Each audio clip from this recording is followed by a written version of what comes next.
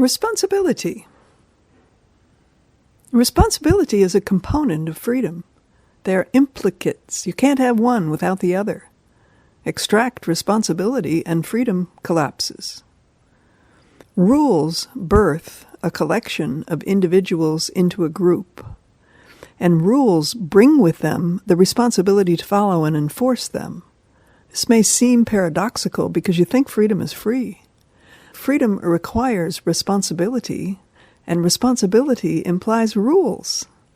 Rules have a hierarchy, and moral thinking about rules is not sociological thinking about rules. Rules can be seen as values. The rule that thou shalt not kill equals we value life. The rule that class begins at 9 equals we value timeliness. The rule that there is no cheating in our relationship equals that we value ourselves and our union. Sometimes rules conflict with one another, and then we have to decide which rule is mightier in a situation. This means that there's a hierarchy of value. When you're rushing a woman to a hospital to give birth, you may violate a speeding rule. When you have to cram for an exam, you might ignore the rule of good sleep. When you're a victim of molestation, you might break the sacred circle of silence that protects family. There's a hierarchy that allows you to break one rule in honor of a higher rule. God sits atop the values hierarchy. One need not use the word God, but that is what God is. Nietzsche said God is dead, but he added that we have killed him, and who will wipe the blood off us? You need a hierarchy of value, or the bleeding does not stop. In a secular world, the pinnacle is the rule of law. Just as no man is above God, no man is above the law. A cluster of values without the glue of a sacred capstone has nothing to hold it together. If we are pinned like bugs in the amber of determinism, is it fair to hold people responsible for their actions? If I'm addicted to alcohol, a scientist can say it's genetic or psychological or sociological. I can't help it if I can't help it. In Breaking Bad, we see a 10-year-old boy on the rugged street, goaded by the thrill of making a kill for his group to establish gang membership. Now, social scientists can conclude he was determined to pull the trigger, and he was, but someone else can say the boy was free to run in another direction, and he was. Both are true, because we live in both realities.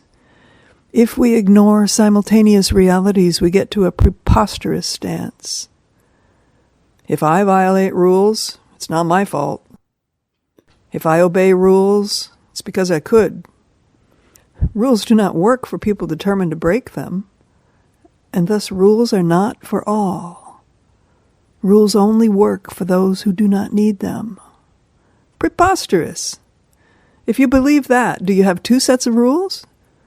If you have two sets of rules, you have two groups. There's not a rule of law. There are two rules of law, which means there's no rule of law. A split society leads to chaos, and chaos dissolves into tyranny. We remain stuck in two camps. For the rationalist, the material world is a battleground.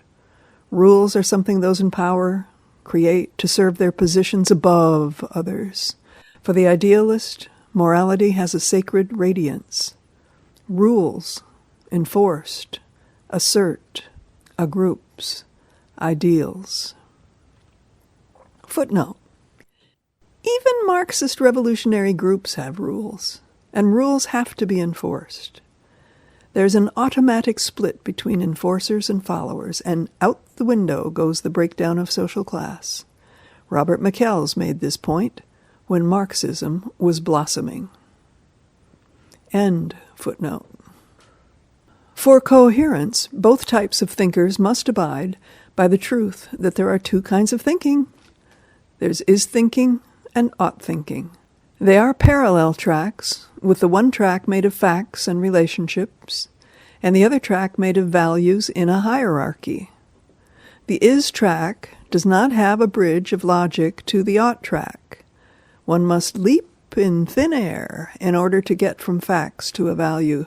We are curving one of two parallel lines when we think that facts lead to values. But there's also a curving in the opposite direction. The realm of values constantly pierces our awareness. Values are like Plato's form. They're simply present, guiding us. Common sense seems to come out of nowhere. It just is. An intangible light shines inside us. We have a sense of what's right, just, fair, sensible. The call for order emanates from here. Plato and Confucius sense this radiance of ideals. The dreamy Lenin song, Imagine, evokes a heaven without borders, hunger, or war, and this dream may seem like a warm and cozy anarchy, but heaven has God. And God set it up with that apple tree of his to give birth to responsibility and freedom. His wishes are rules. Materiality is pierced by the ideal arrowhead of God. Rules speak to these freedom receptors inside us. Freedom is in that interior space. The deterministic worldview has no room for the generative sanctity of ideals. Rules are material and can be foils of power. People who do not believe in free will often do not believe in individual responsibility. They think fate and power drive us, not ideals that direct us toward a more perfect union. For them, we are dead balls on a billiard table, bumping into one another, some win, some lose. Universal standards collapse in relativism. This impossible crisscrossing of parallel lines is because we live in two realms at once, the material, empirical, factual, and the ideal, ideational, immaterial. The light from the ideal casts itself on the factual, and the buildup of facts often jumps the shark to the moral.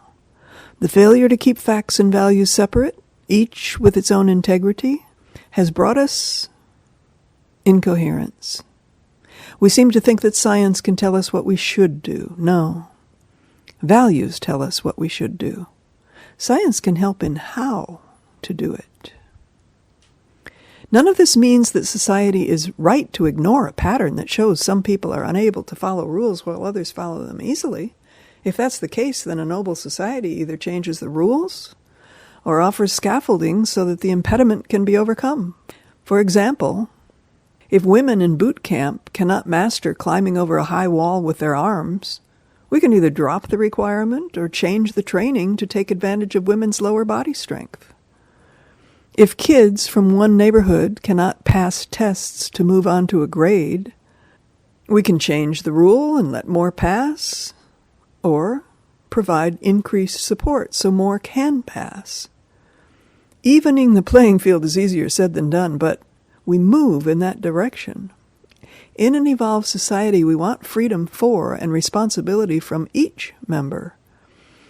If freedom and responsibility are the gifts only for the socially privileged or evolved, we remove humanity from those toward whom we nobly need to be humane. To remove free will and responsibility from some is to remove their humanity. Jordan Peterson traversed the globe, offering the magic of the responsibility to be free to young folks. He found youth in every country eager to hear the world revealed in this way. Responsibility brings freedom. His lectures on Genesis opened the mind to the Bible as a living manual on how to be human. Subtract rules, and you subtract their ability to grow, to be human. Each child of God, or nature, is born of mystery and freedom. Responsibility allows movement forward. Being human means engaging meaning and responsibility. Responsibility is the implicate of freedom. Remove it, and you remove freedom.